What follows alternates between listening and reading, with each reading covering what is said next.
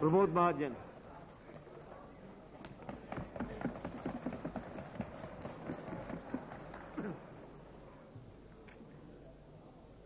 सभापति जी, प्रधानमंत्री श्री देवेगौड़ा द्वारा अपने मंत्री परिषद में जो विश्वास का प्रस्ताव रखा है उसे मैं विरोध करने के लिए खड़ा हूं। मैं प्रारंभ में जानबूझकर यह बताया कि मैं विरोध करने के लिए खड़ा हूं क्योंकि बहुत सारे भाषण यहां हुए हैं, उसमें विरोध हो रहा है या समर्थन हो रहा है या अभी भी तटस्थता है, निश्चित क्या करना है इसका पता नहीं चल रहा है। और इसलिए सबसे पहले मैं ये बताना चाहता हूं कि मैं इस प्रस्ताव का विरोध करने के लिए खड़ा हूं। अभी अभी रामविलास जी पासवान जी का भाषण हुआ। नहीं, वो बाहर क्यों गए ये मैं नहीं पूछना चाहता, चेन पुलिंग के बाद तो बाहर जाना ही पड़ता है। उन्होंने शरद जी से अपेक्षा की कि वो चेन पुल कर ले। 6 महीने की सजा होती है।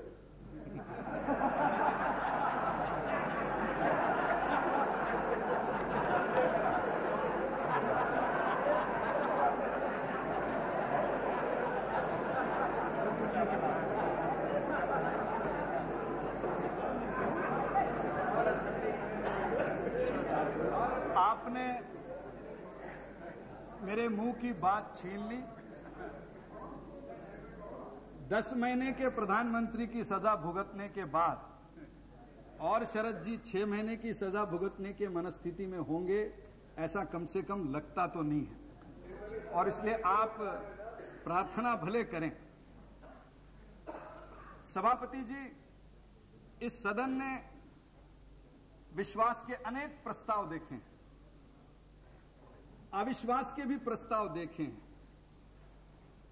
गर्मा गर्मी की चर्चा देखी है, लेकिन शायद सदन के इतिहास में ऐसी चर्चा विश्वास अविश्वास के प्रस्ताव पर सदन ने देखी नहीं।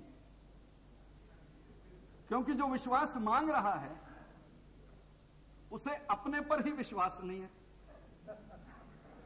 उसका अपनों पर ही विश्वास नहीं है।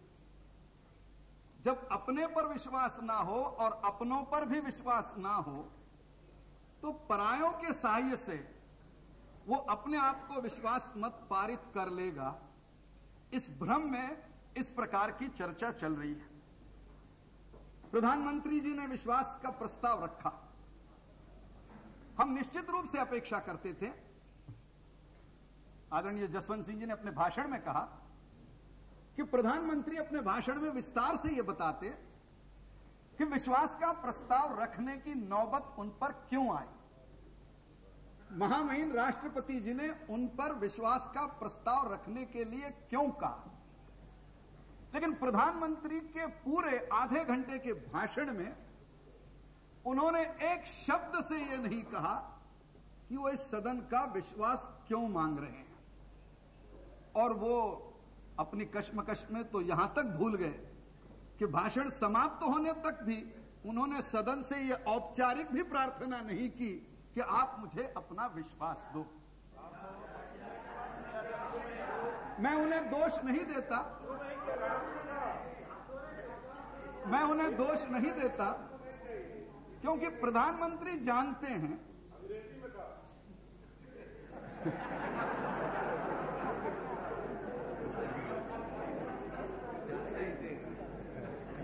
क्योंकि प्रधानमंत्री ये जानते हैं कि उनका विश्वास इस सदन में तय नहीं हो रहा है, कहीं और हो रहा है।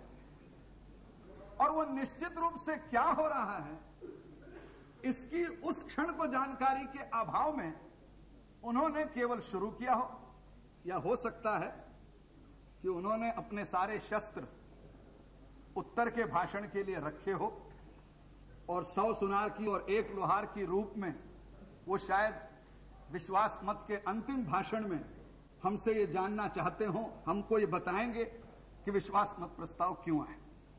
लेकिन जितने औरों के भाषण मैंने सुने उसमें भी ये जो संकट आया है, इस संकट के संबंध में किसी ने स्पष्ट रूप से चर्चा करने की हिम्मत नहीं की। गुजराल जी का भाषण हुआ, विदेश नीति पर बहुत बढ़िया भाषण हुआ। उनके विदेश नीति से हम सहमत हो ना हो, लेकिन उनका भाषण सुनते हुए मुझे लगा कि आज विश्वास के प्रस्ताव की चर्चा नहीं है, शायद एक्सटर्नल अफेयर्स मिनिस्ट्री के डिमांड्स की चर्चा हो रही है। और उस पर जिस प्रकार का भाषण हो, उन्होंने अपना भाषण दिया। जो वर्तमान संकट, उन्होंने अंतर्राष्ट्रीय संकट की बात की, उन्होंने पाकिस्तान के साथ के संकट की बात की, नैम की बात की, बहुत महत्वपूर्ण बातें की। लेकिन जो राजनीतिक संकट के कारण 11 तारीख को हम यहां मिले हैं, उस संकट के बारे में उन्होंने कोई अपना अभिमत नहीं दिया। प्रधानमंत्री जी ने अपने भाषण में जो उपलब्धियां गिनाई, मैं केवल समय अभाव में एक एक छोटा उदाहरण देके आगे चलूं। उन्होंने कहा 6 साल के बाद हमने अंतरराज्यीय परिषद ली। अब आज का संकट, आपने 6 साल में अंतरराष्ट्रीय परिषद क्यों नहीं ली? इसके लिए निर्मित संकट ही नहीं है। अगर आपको किसी परिषद का कहना चाहिए था तो स्टीयरिंग कमेटी में क्या हुआ, निगोशिएटिंग कमेटी में क्या हुआ? आखिर सारी आज का जो संकट है वो स्टीयरिंग, निगोशिएट, फॉर्मल, इनफॉर्मल, इससे निर्मित संकट है। आप इंटरस्टेट काउंसिल में क्या हुआ और नेशनल डेवलपमेंट काउंसिल में क्या हुआ, इन दोनों की चर्चा करके 11 तारीख में आप हमारा समय क्यों बर्बाद कर रहे हैं? आप ये तो बताइए कि स्टीयरिंग में क्या हुआ। लेकिन न उन्होंने स्टीयरिंग का कहा, न इनफॉर्मल कहा, न फॉर्मल कहा, न उन्होंने कांग्रेस का नाम लिया, न उन्होंने विड्रॉल के लेटर की बात की, न उन्होंने तो ऐसा भाषण किया कि जैसे कोई कुछ हुआ ही नहीं। बस वो एक लाइन विश्वास का प्रस्ताव पढ़ गए, फिर 2-4 काउंसिल की बात की और बैठ गए। अब अगर प्रधानमंत्री इस प्रकार विश्वास मांगे, और चंद्रशेखर जी अपेक्षा करते हैं कि उनके गुरु विश्वास दे, कुछ विश्वास के लिए कहो। अब उन्होंने तो नहीं मांगा। हाँ, प्रिय रंजन दास जी ने अपनी ओर से यह प्रयास किया कि हम विश्वास के प्रस्ताव का विरोध क्यों कर रहे हैं। भले उन्होंने स्पष्ट शब्दों में ना कहा, क्योंकि जब तक स्थिति निश्चित ना हो तो अंधेरे में ज्यादा कहना आवश्यक नहीं, लेकिन उन्होंने जरूर कहा। अब उनका भाषण सुनकर मुझे लगा कि it was bunch of contradictions. आप क्या भाषण कर रहे थे? आपने मुलायम सिंह की तारीफ की, he is the secular builder of Uttar Pradesh. भैया मानते हैं मुलायम सिंह महान है और वो सेक्युलर इंडिया के सबसे बड़े। और फिर उन्होंने कहा, देवेगौड़ा जी, मायावती को मुख्यमंत्री आपने क्यों नहीं करने दिया? अरे बेचारे देवेगौड़ा क्या करेंगे, उनके पास 7 मेंबर नहीं है। 70 सभाओं के बाद 28 से 7 पर उनका आंकड़ा उत्तर प्रदेश में आ चुका, वो तय क्या करेंगे? मायावती जी तो प्रधानमंत्री इसलिए नहीं बनी और मुख्यमंत्री इसलिए नहीं बनी, पता नहीं अब आजकल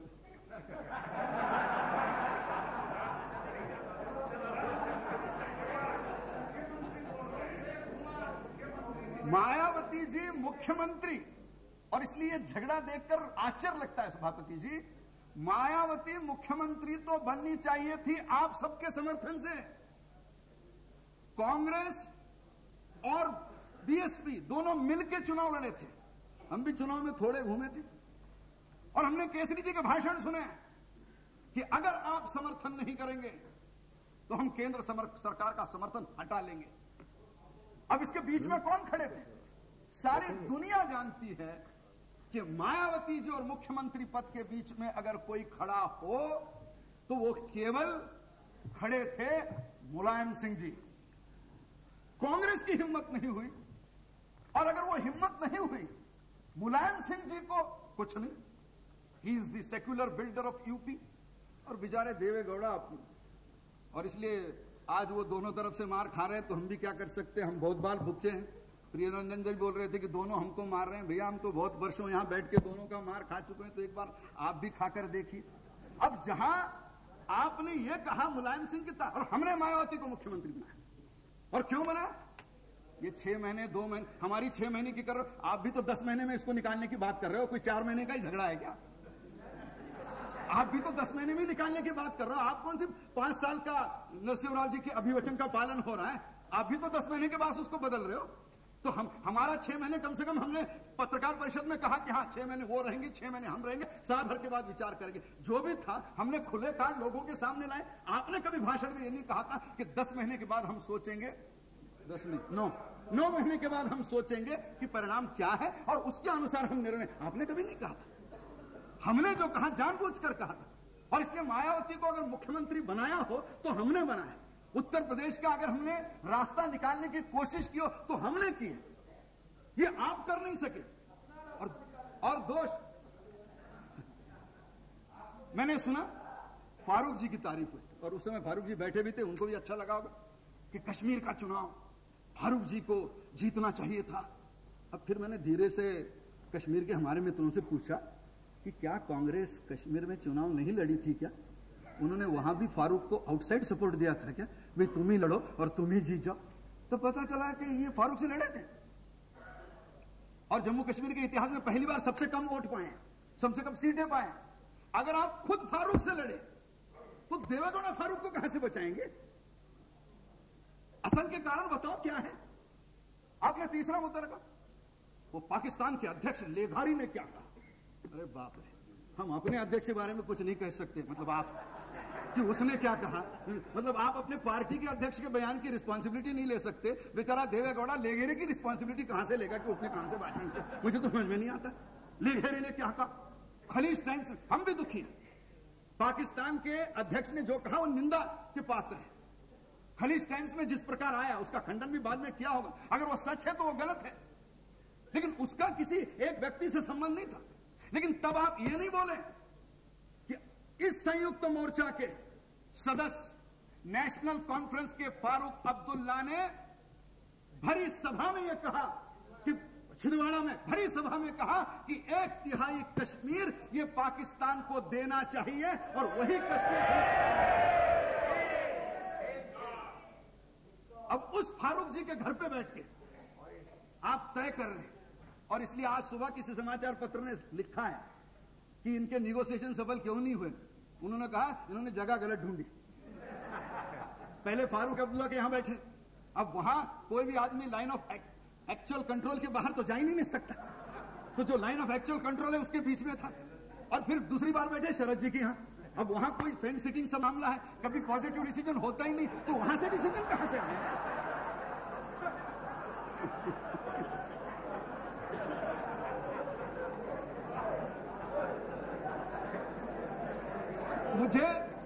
मुझे तो लगा कि आपको समझौता अगर सफल करना है तो हम कम से कम वाजपेयी और बसपा से काशीराम जी से पूछ तो लेते कि आप कहां बैठे थे। उस जगह का शायद कुछ महत्व हो सकता है जिससे आपको रास्ता मिल जाता है इस जाने का। अब इस मतलब जिसने 1/3 कश्मीर देने की बात की, हिंदुस्तान की संसद का यूनानिमस रिजोल्यूशन है 1/3 कश्मीर वापस लेने का, हमारा यूनानिमस रिजोल्यूशन है 1/3 कश्मीर वापस लेने का। एक मुख्यमंत्री वो भी कश्मीर का बात करता है 1/3 कश्मीर देने का, और आप उनकी यहां बैठ के तारीफ करते हो और हमको राष्ट्रहित समझाने की कोशिश करते हो। फिर तो प्रियरंजन दास मुंशी जी ने ज्योति बसु के गणशक्ति का आर्टिकल विदाउट ट्रांसलेशन देवेगौड़ा जी को कहा आप पढ़ो। अरे सोमनाथ दा ने पढ़ा फिर भी नहीं माना। अब सोमनाथ जी खुद ज्योतिदा का नहीं मान रहे हैं तो देवेगौड़ा को पढ़ा के क्या? और भाषण में कहा कि ये जो सेक्युलर नॉन सेक्युलर कम्युनल लोग हैं इनसे कौन लड़ेगा? 10-5 प्रांत गिनाए, इंडियन नेशनल कांग्रेस, अब मैं उनका भारत का नक्शा देख रहा था तो मुझे ये लगा ये तो ठीक है। उन्होंने कहा महाराष्ट्र, गुजरात कहा, राजस्थान कहा, ठीक है, लेकिन मुझे फिर ये ध्यान आया कि केरल में कौन किसके साथ लड़ रहा है, कर्नाटक में कौन किसके साथ लड़ रहा है, आंध्र में किसके साथ कौन लड़ रहा है, तमिलनाडु में कौन लड़ रहा है, ओडिशा में कौन लड़ रहा है, बंगाल में कौन लड़ रहा है, त्रिपुरा में कौन लड़ रहा है, असम में कौन लड़ रहा है। इंडियन नेशनल कांग्रेस यहां किसके साथ लड़ रही है? हमारे साथ लड़ रही है। किसके साथ लड़ रही है? और इसलिए आप हमारी आपका तो पता भी नहीं मिलेगा। अगली बार पोस्टपोन आ जाए ना तो चिंता मत करो, चुनाव हो जाने दो, आप में से आधे लोगों का तो सब बेरंग वापस जाएगा कि पता गलत है। ये नॉर्थ यूपी में भी नहीं रहते, साउथ यूपी में भी नहीं रहते, इसलिए उसकी चिंता मत करिए। आप आगे क्या होगा?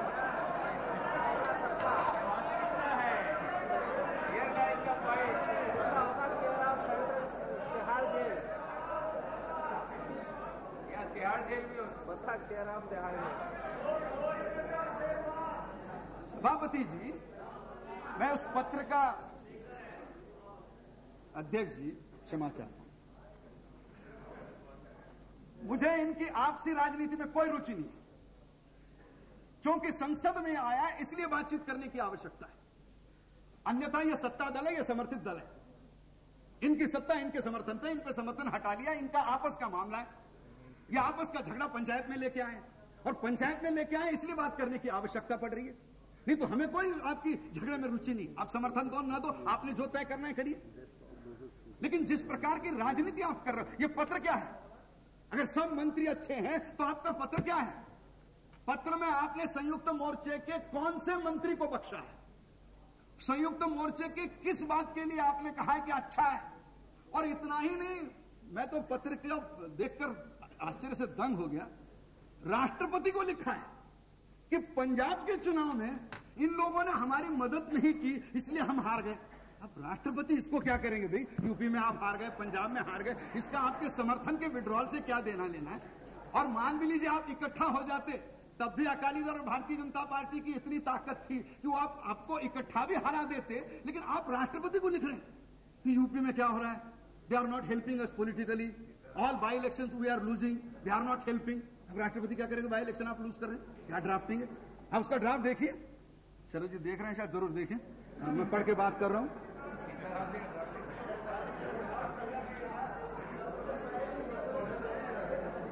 Sir, I will save the time. In UP, Punjab and a series of by-election, the United Front failed to work together with the Congress to contain the forces of political communalism. And what Rashtrapati has to do with this? ये तो चुनाव का समझौता है, किसका किसके साथ हो गया, इसका प्रस्ताव से क्या संबंध है? लेकिन प्रिय रंजन जी शायद नहीं है, नहीं, इस सदन में कोई नहीं सोता है, सब चिंतन करते हैं।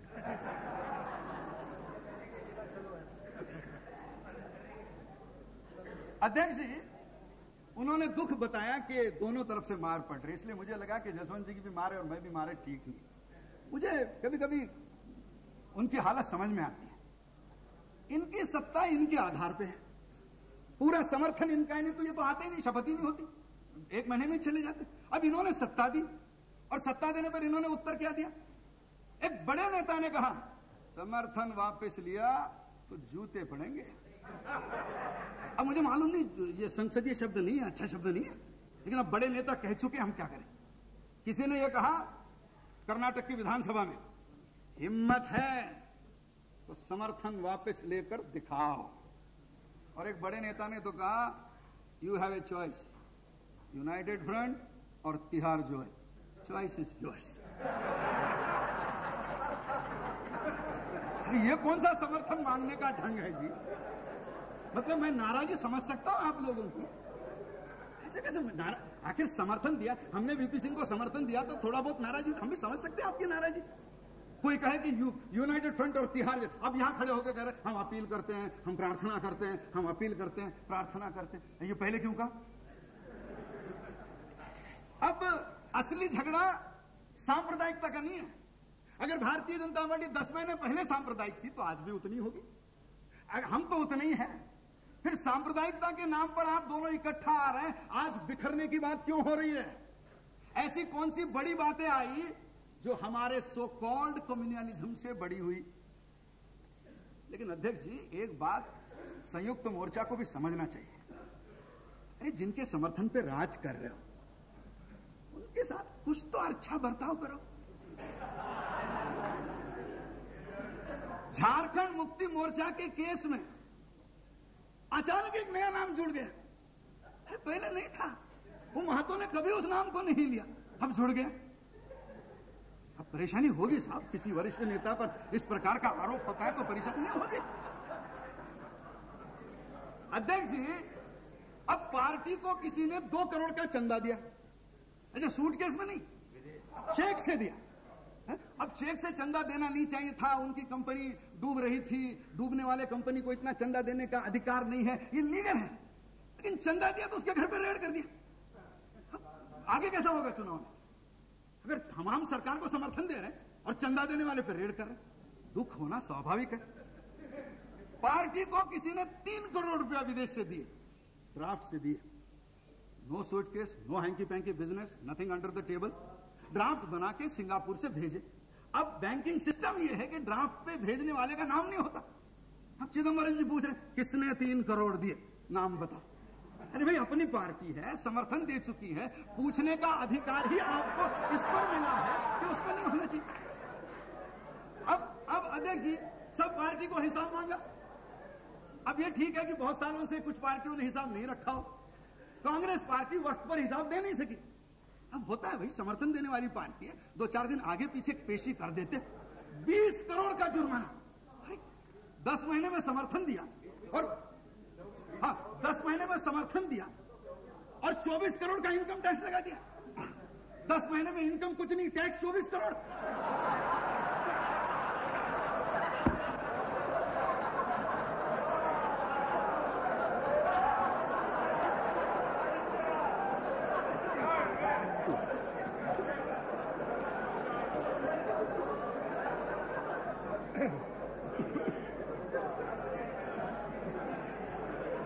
हिंदुस्तान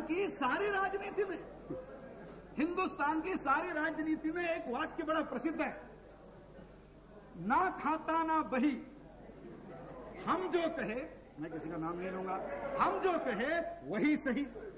अब साहब जिस व्यक्ति की प्रतिष्ठा 50 वर्ष तक ऐसी थी कि हम जो कहे वही सही, उसको आपने नोटिस दी थी डिस्प्रोपोर्शनल एसेट है बोल के आपके। अरे डिस्प्रोपोर्शनल एसेट की नोटिस दी थी, 25 साल लोगों ने हिसाब में नहीं मांगा और आप हिसाब मांगने लगे डिस्प्रोपोर्शनेट है। अब अगर गुस्सा आया हो तो उसमें दोष किसका है? तो कुछ तो कांग्रेस वाले बोल नहीं रहे खुलकर, इसलिए मैं उनकी थोड़ी मदद करना चाहता हूं। क्या फिर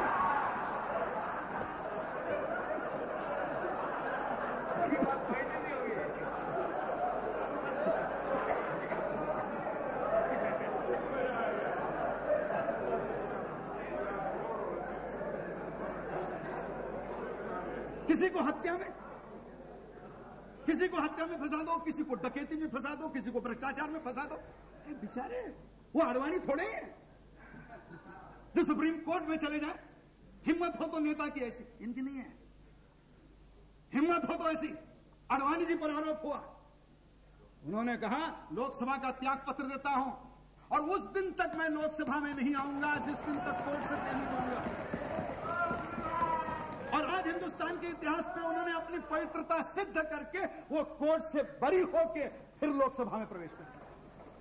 अब आप इनसे अपेक्षा करते हो कि भारतीय जनता पार्टी जैसा व्यवहार करें? नहीं कर सकते हो। अब वो नहीं कर सकते तो वो जैसा व्यवहार करते उसी प्रकार आप उनसे व्यवहार करिए। आप उनको कोर्ट में रहता law will take it own course, ऐसे कैसे चलेगा? आप रेस कोर्स में बैठे उनको ओन कोर्स में भेज रहे हैं, ऐसे कैसे चलेगा?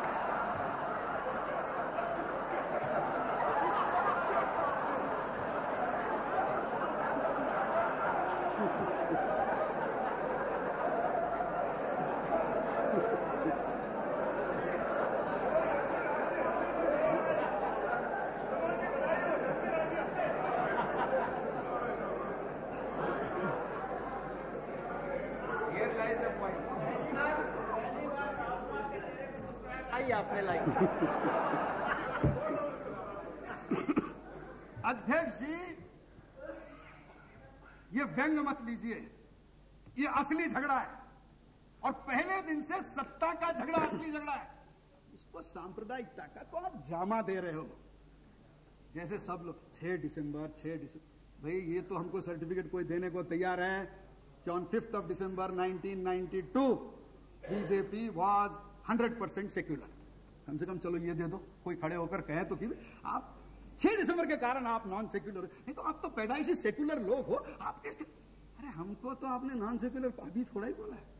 जनता पार्टी से हम निकले तब भी, अरे जिस देश में जिस किसी को आपस में झगड़ना होता है उसको we are the whipping boy of Indian politics. झगड़े आप और नाम हमारा, अरे हमको क्या लेना देना आपसे?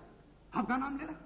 हम सांप्रदायिक है। 6 दिसंबर को उसके पहले नहीं थे, जब विश्वनाथ प्रताप सिंह 89 की लड़ाई लड़ रहे थे और वो बड़े नेता ऐसे हैं कि सिद्धांतों पर अड़िग रहते हैं और इसलिए मथुरा में जब सभा हुई उन्होंने बीजेपी का झंडा दिया, इसका झंडा उतार, मैं बीजेपी के सभा में नहीं जाता।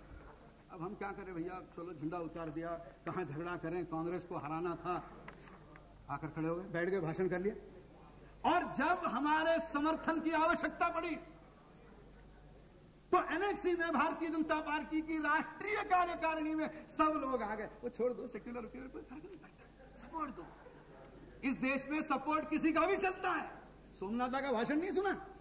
कांग्रेस को सपोर्ट नहीं कर सकते, उनका ले सकते। अरे भाई, आदमी गंदा है तो लेना क्या और देना क्या? लेन देन में पूरा गंदा होना चाहिए, लेने में अच्छा, देने में गंदा। ऐसे कैसे होगा? ये कैसे चलेगा? जब हम आपका समर्थन कर रहे थे 89 में, जब 18 महीने सरकार आपने हमारे बलबूते पर चलाई, तब आपको याद नहीं आया? ये किसी ने मंडल की बात की, मुझे मालूम है। उस समय में राज्यसभा का सदस्य था। 7 अगस्त 1990 को मंडल के बारे में प्रधानमंत्री ने आके राज्यसभा में बयान दिया। लोकसभा में चर्चा नहीं होती, राज्यसभा में चर्चा होती। क्यों आया मंडल? क्या लोग भूल गए कि 9 अगस्त को देवीलाल की यहां रैली थी? देवीलाल ने चुनौती दी थी और उस रैली से बचने के लिए आपने मंडल आयोग का साथ का रास्ता ढूंढा था, कोई सामाजिक न्याय से।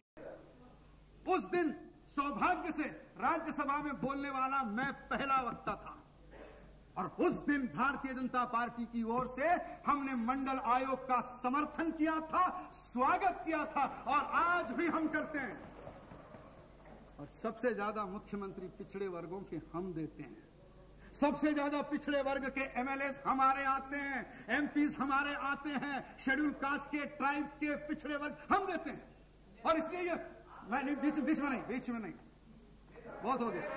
मंडल आयोग की बात करता हूं और इसलिए हाँ, हमने समर्थन हटाया क्योंकि राम मंदिर पर लड़ाई शुरू हुई, अडवाणी जी को पकड़ा गया, अडवाणी जी को पकड़ा गया और हम उन पार्टियों में से नहीं है।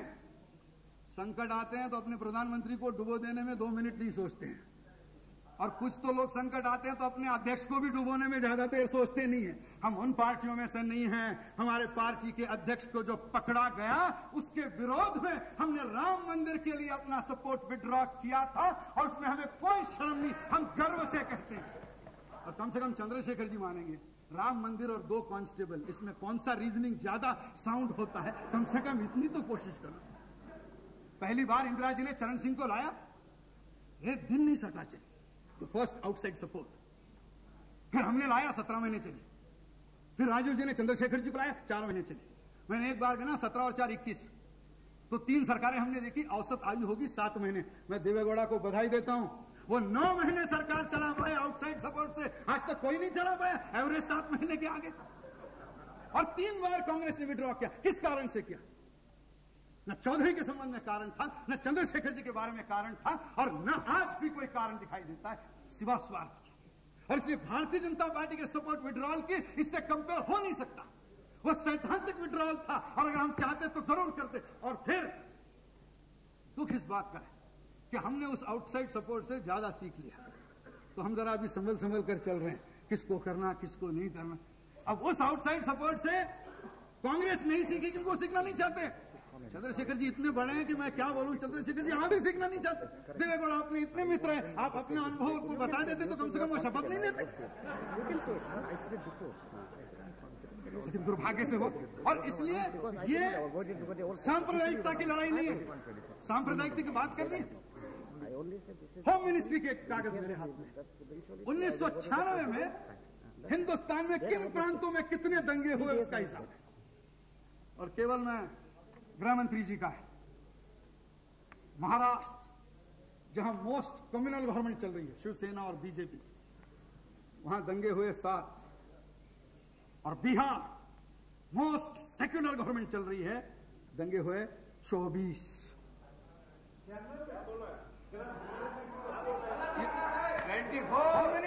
होम मिनिस्टर चैलेंज करते हैं, आपको चुनौती देते हैं, आप प्रूफ कीजिए क्या बात करते हैं।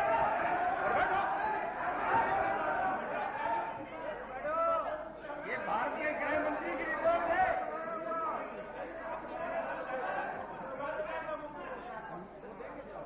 मैं आशा करता हूं कि गृह मंत्री अपने पीछे जो लोग खड़े हैं उनका सुनकर अगर इसमें सुधार हो तो करेंगे।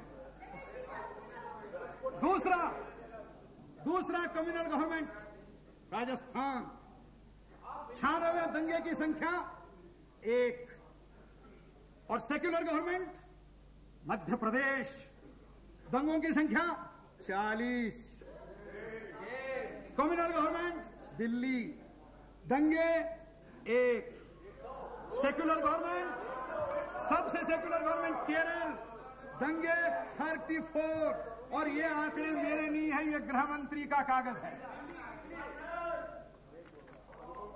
और इसलिए ये विषय सांप्रदायिक और असांप्रदायिकता इसका नहीं है।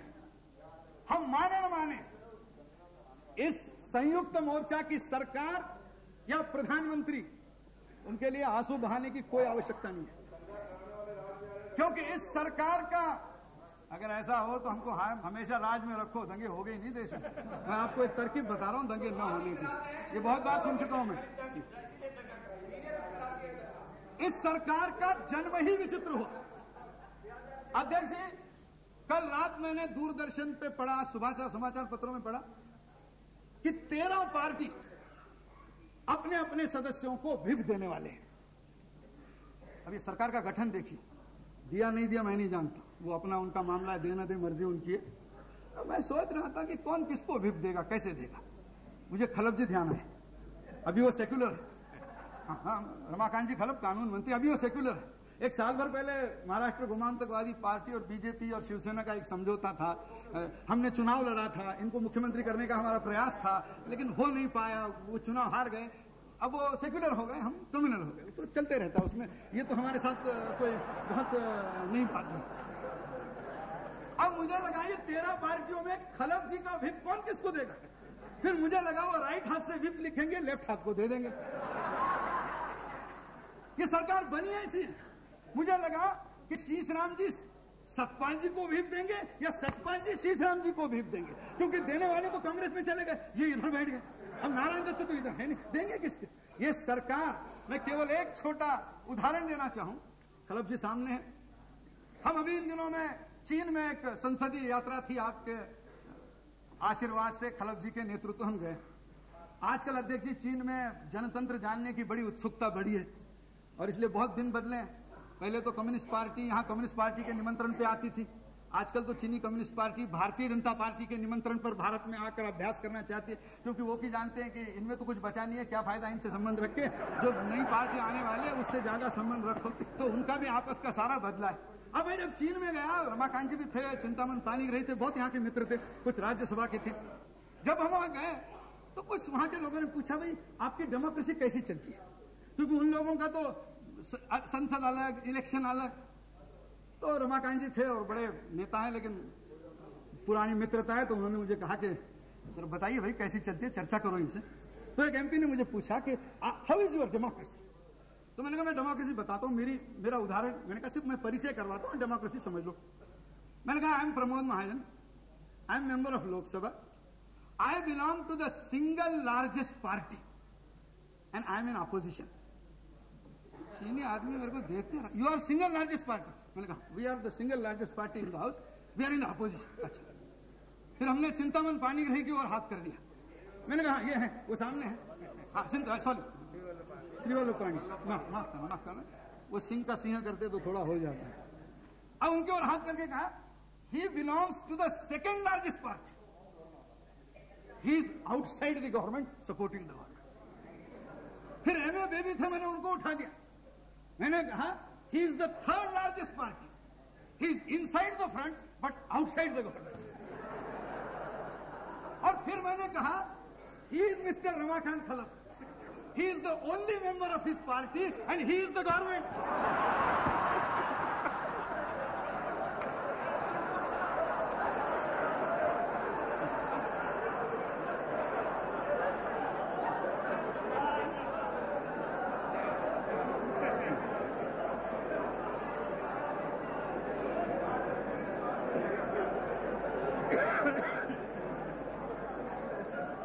अब अध्यक्ष जी, अगर इस प्रकार की विचित्र विसंगतियों से अगर इस मोर्चे का जन्म ही हुआ हो, तो आप आज कुछ भी कर ले, शरद पवार चेन खींच ले, कुछ भी करे।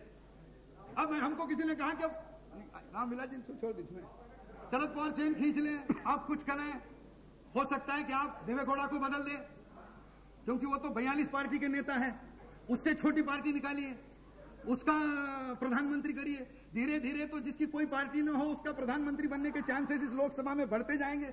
मुझे तो कभी लगता है कि इस लोकसभा में पीछे आदमी कितने हैं इससे प्रधानमंत्री नहीं बनता। जितने कम हो, न्यूट्रल आदमी है, गड़बड़ नहीं करेगा। अब एक अनुभव देखने के बाद भी कांग्रेस दूसरा देखना चाहती है तो उसे मुझे कुछ कहना नहीं है, लेकिन वो करना चाहती है। अब इससे रास्ता नहीं निकलेगा।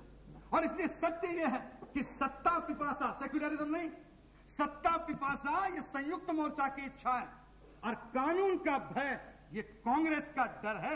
उसके कारण ये सरकार इकट्ठा टिकी है, बाकी सरकार में कुछ नहीं है। संयुक्त मोर्चे के लिए हमारे मन में दया क्यों आए? ये संयुक्त मोर्चा 13 पार्टियों का था, ये सरकारिया कमीशन वाला क्यों भाई? कोई 13 में 1-2 पार्टी टूटी क्या?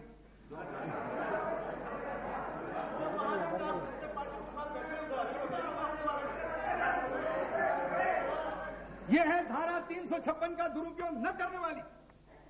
और इसी सरकार में गुजरात में हमारे मुख्यमंत्री को बहुमत होते हुए और सदन में सिद्ध करने के बाद भी आपने गुजरात में हमारी सरकार गिरा दी। क्या दया करें?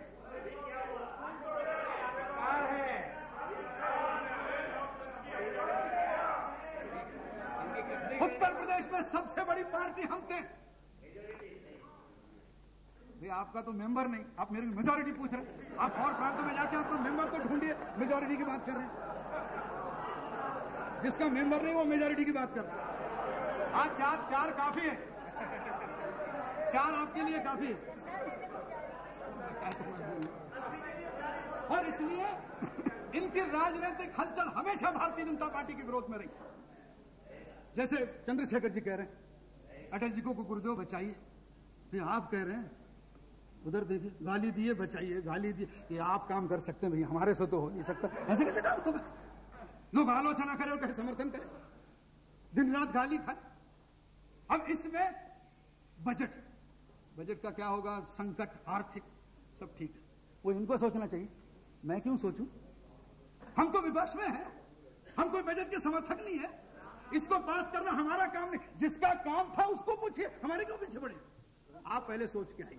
पहले तो जेना कहते मुझे पास करना ही नहीं है, फिर सीपीएम ने कहा हम करने नहीं देंगे, कांग्रेस ने कहा हमको मालूम नहीं। बीजेपी को क्यों दोष दे रहे हो? राष्ट्रहित में बीजेपी किसी भी चीज के लिए तैयार हो सकती है, लेकिन राष्ट्रहित में तैयार होना मतलब कोई पागलपन नहीं है कि कोई कुछ भी मांग ले और हम दे दें, हाँ ले लो। ऐसी कोई साधु संतों की जमात विश्व हिंदू परिषद साथ है, इसका मतलब थोड़े साधु थोड़ी है। और इस बजट को हम समर्थन दें। मैं बजट पर भाषण नहीं कर रहा हूं जैसे प्रधानमंत्री ने किया, मगर केवल मैं उदाहरण दूं। ये बजट के बाद अखबारों में इश्तिहार छपे। क्या छपे? कार सस्ती, टीवी सस्ता, एसी सस्ता, सेलुलर फोन सस्ता, चिदंबरम जी की कृपा सब सस्ता ही सस्ता। इसको सपोर्ट करें। ये किसान है, इनको क्रॉप इंश्योरेंस की चिंता नहीं है, ओपन इंश्योरेंस की चिंता है। तो क्रॉप इंश्योरेंस की चिंता करें तो समझ सकते हैं, इनको क्यों समझ? इसलिए इसमें हमें नहीं लगता है कि इनको समर्थन देने की कोई आवश्यकता है। और इसलिए वामपंथी दलों के बारे में इतने ज्येष्ठ नेता है, मैं तो आप आने के पहले कह चुका हूं, मुझे इस हिपोक्रेसी के बारे में कुछ नहीं कहना है। ये वर्षों से चलती आई है कि कांग्रेस का समर्थन चाहिए, उनको समर्थन नहीं चाहिए। अब इस प्रकार का इसकी अगर होंगी तो मुझे नहीं लगता है कि इसमें था। अध्यक्ष जी सोमनाथ जी ने कहा, और वो इतने अच्छे वक्ता है और अभी अभी उनको अवार्ड भी मिला है, तो स्वाभाविक रूप से उनके अच्छेपन पर और प्रतिष्ठा आ गई। उन्होंने भाषण करते समय कहा सीताराम वाजपेयी। उन्होंने गलती से नहीं कहा, वो इतने बुरे तो वक्ता नहीं है कि वो सीताराम केसरी का केसरी नाम भूल जाए और वाजपेयी के पीछे अटल जी का। मैं इतना तो उनको दोष नहीं दे सकता, बहुत अच्छे वक्ता है, सुलझे हुए वक्ता है, एब्सेंट माइंडेड नहीं है, वकील है, प्रोफेसर थोड़ी है, या पढ़ाते हैं लॉ कॉलेज में, तो वो नहीं है। उन्होंने कहा और सीताराम जी क्या कहते हैं? देवेगौड़ा वाजपेयी। ये कहते हैं केसरी को तुम सीताराम वाजपेयी, और सीताराम केसरी देवेगौड़ा को कहते हैं तुम देवेगौड़ा वाजपेयी। कॉमन क्या है? वाजपेयी। इसलिए कहते हैं कि वो ये बताना चाहते हैं कि वाजपेयी कोई खलनायक है। वाजपेयी खलनायक नहीं है, वाजपेयी इस हिंदुस्तान का महानायक है। जनता इसे मानती है। आप जी चाहे कोशिश कर लो, आप आखिर इकट्ठा आते क्यों है? सदन में भाषण हुआ रामविलास जी से लेके प्रियरंजन दास तक, अरे झगड़ो मत, दोस्ती कर लो, बांट लो, नहीं तो ये आ जाएंगे। सदन में कहा तो असली डर सांप्रदायिकता नहीं है, असली डर है भारतीय जनता पार्टी जीत जाएगी, इसका डर। क्या भारतीय जनता पार्टी को जीतना है तो लोगों से वोट आने पड़ेंगे? भारतीय जनता पार्टी कोई वोट लेकर जेब में से कोई शेयर बाजार में जाके जीतेगी नहीं, कोई मैनिपुलेशन से जीतेगी नहीं। बिहार की राजनीति थोड़ी है, तो वैसे भी जीतेगी नहीं। अगर जीतना है तो लोगों के पास जीतना पड़ेगा।